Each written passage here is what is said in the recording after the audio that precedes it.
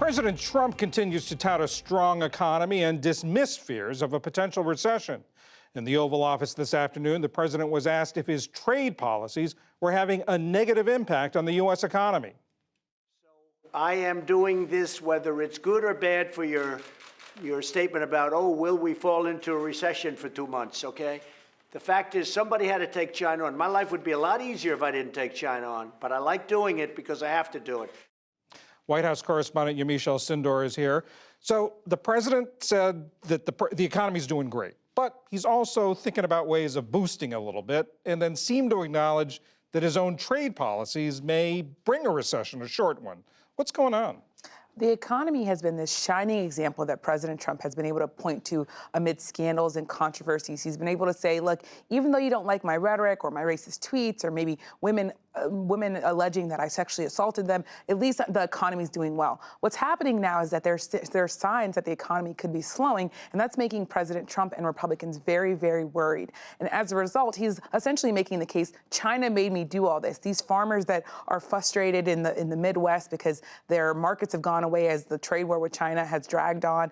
It's not my fault. It's that China made me do this. So I think that the Republican Party is really trying to find a message that's going to help them if there is a recession. Also, for Republican lawmakers, they've been able to point to the economy and say, I know I don't like President Trump's racist tweets, or maybe I don't like the fact that he's separated thousands of immigrant families, but again, the economy is doing well, so we should all just think that everything's going well. That's starting to crumble, so this is the president trying to really save his presidency and save face, essentially.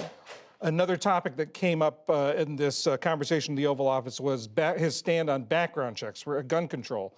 Let's take a listen to what he said. We have very, very strong background checks right now, but we have sort of missing areas and areas that don't complete the whole circle. And we're looking at different things, and I have to tell you that it is a mental problem, and I've said it 100 times, it's not the gun that pulls the trigger, it's the person that pulls the trigger. Immediately after El Paso and Dayton, he seemed to be saying that he expected the Senate to act, or Congress to act, on stricter gun control. But now he seems to be backing off?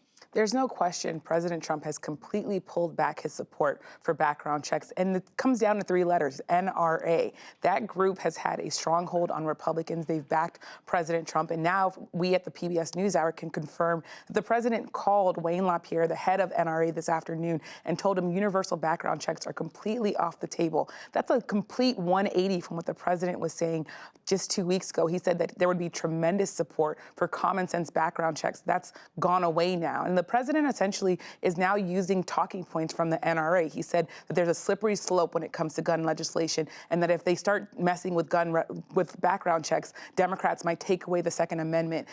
On the White House lawn just a few weeks ago, he said this isn't about the NRA or Republicans or Democrats, and that's just completely changed. So I think it's going to be very interesting once Congress comes back to see what the president does. But we have a pretty clear sign, and that is that the NRA is on the phone with the White House, and they are completely changing their tone.